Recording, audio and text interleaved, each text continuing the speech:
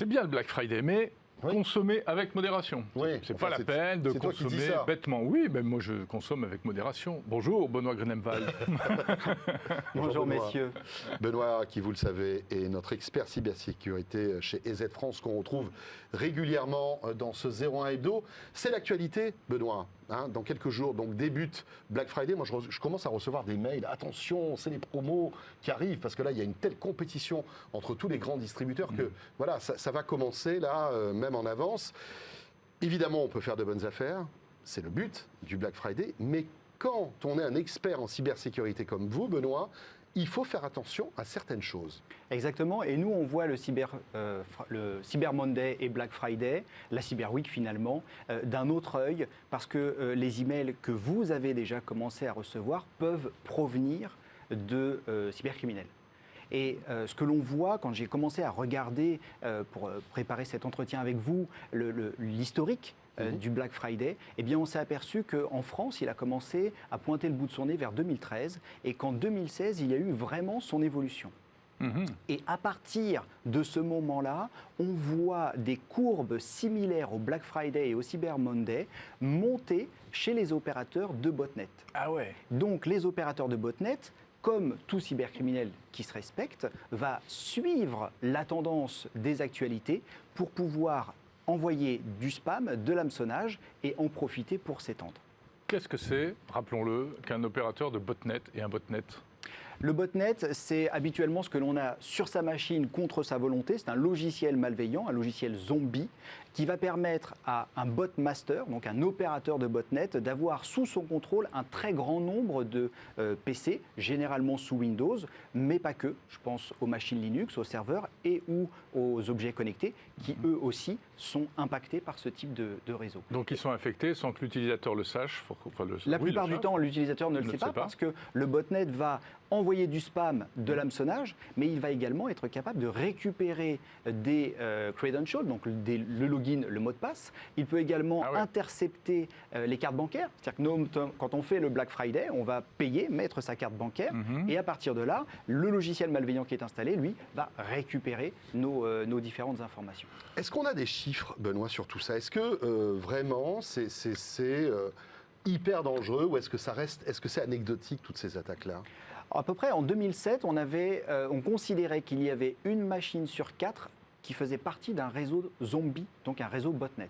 Wow. Donc ça a évolué parce que la technologie de protection évolue, mais les opérateurs, eux, continuent. Bien sûr. Ils sont de plus en plus malins. Et sont de plus en plus malins. Arrivent à contourner tout ça. Il y a des opérations menées par les forces de l'ordre au niveau international pour faire ce que l'on appelle des takedowns, c'est-à-dire stopper à la fois les centres de command and control, donc opérés par les botmasters, mais également remettre propres les machines qui sont infectées. Et on voit qu'il y a des fortes actualités parce que à la fois ces opérateurs se voient des fois arrêtés, mais ils se relancent grâce à d'autres botnets. Ce qu'il faut savoir, c'est qu'il y a une coopération entre les cybercriminels qui vont louer les botnets à d'autres cybercriminels. La plupart du temps, c'est pour des opérations qui ne sont pas disruptives, c'est-à-dire qu'ils ne vont pas envoyer de ransomware sur leur réseau de botnet parce que ça veut dire qu'ils perdent ce réseau-là. Et toute la force et toute la valeur du réseau de botnet, c'est à la fois sa disponibilité, mais également le nombre des machines qui sont connectées. Donc il faut qu'il puisse durer, ce réseau de botnet. Complètement. En fait, pour servir. Alors le Black Friday arrive, le cybercriminel devant son clavier, il se dit bon, moi j'ai mon botnet, c'est-à-dire que j'ai une force de frappe énorme, grâce à des ordinateurs qui sont contaminés sans que les gens le sachent. Il est dans l'écurie, là. Il est dans l'écurie et tout. Sympa.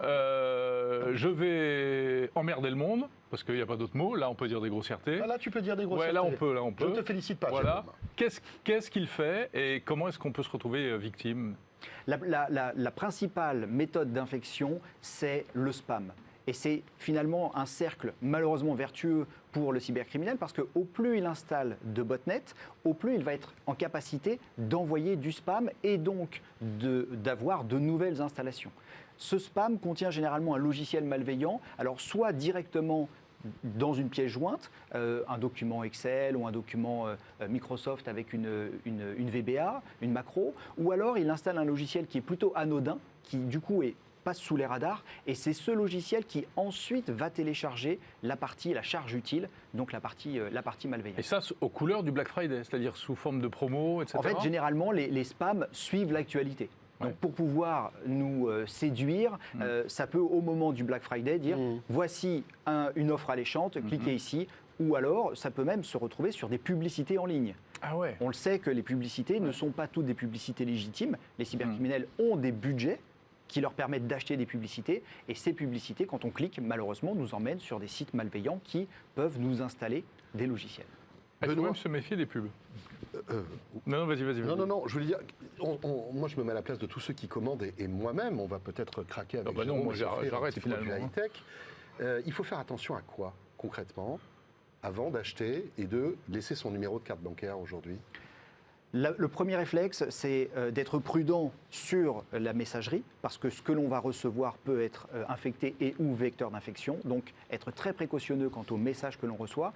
Et puis ensuite, quand on est sur sa machine et que l'on va passer à l'acte d'achat, être sûr que celle-ci est à jour, être sûr que son navigateur est à jour, si possible, utiliser un navigateur sécurisé et être prudent quant à la sécurité de son comportement. On n'achète pas, par exemple, sur un réseau Wi-Fi de gare. C'est-à-dire que si on est en déplacement, on reçoit un message qui est très alléchant, il vaut mieux passer en 4G ou alors utiliser un VPN. Parce que le réseau Wi-Fi de gare, comme tous les réseaux Wi-Fi publics, peuvent être sniffés, et donc il ne faut pas communiquer son numéro de carte bancaire. Ces informations confidentielles sur des réseaux. Confidentielles à ce moment-là. Complètement. Il ne faut pas consulter son compte bancaire quand on est connecté en Wi-Fi dans la gare. Vous parliez d'un navigateur sécurisé. Qu'est-ce que c'est, un navigateur sécurisé ? Un navigateur sécurisé, c'est un navigateur qui va faire un tunnel, un petit peu comme un VPN, entre l'utilisateur, mais l'utilisateur physique, c'est-à-dire le clavier, et le site Internet. Donc ça va plus loin que le HTTPS. Mais est-ce que, par exemple, je lance Chrome, je peux lancer sur Chrome, d'ailleurs je suis en train de le faire, là, on peut lancer une session en sécurisé, ça suffit? C'est ça C'est un très bon début, tout à fait. D'accord. Ok. Ça suffit. Alors pour ce qui concerne, début, pour ce qui concerne la session sécurisée entre l'utilisateur et le site internet, effectivement, c'est une. Je reviens juste sur les spams qu'on peut recevoir. Soit il y a carrément usurpation, mais en général, si on reçoit un message publicitaire d'une grande enseigne connue, a priori, il n'est pas vérolé. Non. Dans la majorité des cas, le spam est vraiment émis par le réseau de botnet. Donc c'est l'opérateur qui va faire en sorte d'envoyer un spam. Donc ça sera vraiment un courrier illégitime. D'accord, ok. Très bien. Bien regarder qu'on est sur le site en question. Bien regarder l'adresse. On est toujours en HTTPS. Oui, attention au typo squatting. C'est-à-dire que si on conseille... Le typo squatting, Jérôme, tu fais attention à ça ou pas ? Tous les jours quand je me lève, Donc on conseille de ne pas cliquer dans les emails directement, mais plutôt de rentrer soi-même l'adresse à la main dans le navigateur. Comme ça, on est sûr que le lien que nous envoyez n'est pas un lien malveillant. Et lorsque l'on tape soi-même, on peut parfois faire des erreurs de typo. Et là, tomber sur un typo squatter. Ce qui veut dire que vous avez 01net hebdo, par exemple, .fr, vous pouvez avoir quelqu'un qui achète 01net, mais qui remplace le 0 par un O majuscule. Oui, classique. Voilà. Donc là, vous avez du typo squatting. Et si vous tapez un peu vite, vous pouvez vous retrouver sur un site qui ressemble forcément énormément à celui qu'il devait être, mais qui est un site opéré par des cybercriminels. Et avec les fautes d'orthographe faites accidentellement par les gens, ça peut marcher. Ça fonctionne, et ça fonctionne. C'est une technique qui fonctionne. Ça fait partie Dans nos recherches, nous, on recherche énormément d'opérateurs malveillants qui déposent des noms de domaine et ou qui font des certificats SSL qui s'approchent beaucoup trop de noms de domaine connus. Ça nous permet de les détecter. Alors, c'est pas pour autant qu'il ne faut pas se faire plaisir avec le Black Friday, c'est pas ce qu'on dit, d'autant que je vous rappelle qu'on a fait on vous a proposé énormément de contenu avec la Labo Week il y a quelques temps de cela, où on vous explique tous les meilleurs produits, mais il faut faire attention. Exactement. C'est vrai que, soyons prudents. Tout simplement. Merci beaucoup Benoît pour plaisir. Toutes ces explications. Benoît Grunenwald, donc expert en sécurité chez EZ. Merci.